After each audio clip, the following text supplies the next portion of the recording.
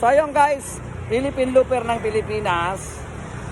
Pang ilang araw mo na ngayon? 102. 102 days. So ayun guys, nandito yung ating Philippine Looper. Inaantay namin yung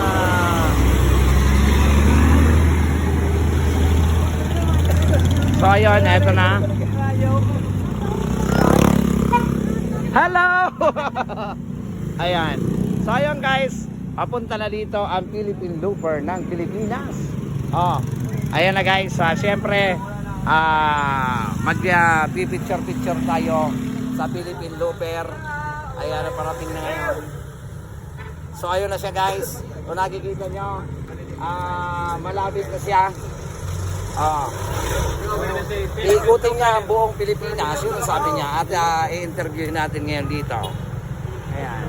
Siyempre, palapit na siya, aabangan natin siya rito.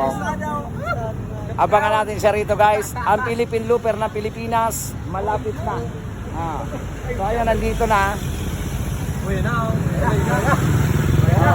So ayun, kung nakikita niyo yan guys, ayan na siya.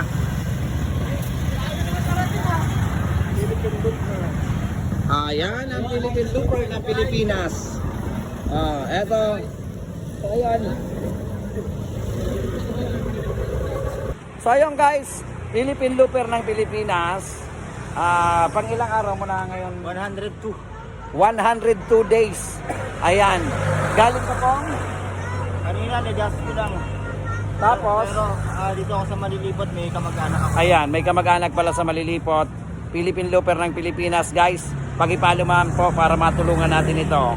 Ayan. Iikutin niya yung buong Pilipinas. Yan po.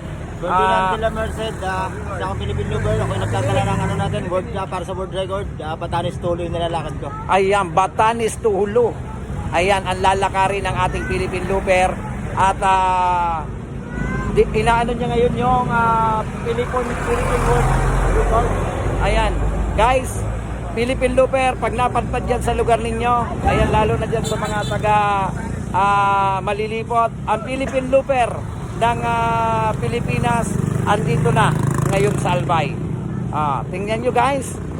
Guys, ang Philippine Looper ng Pilipinas, ingat-ingat sa paglakbay patungo kung saan man ang punta mo.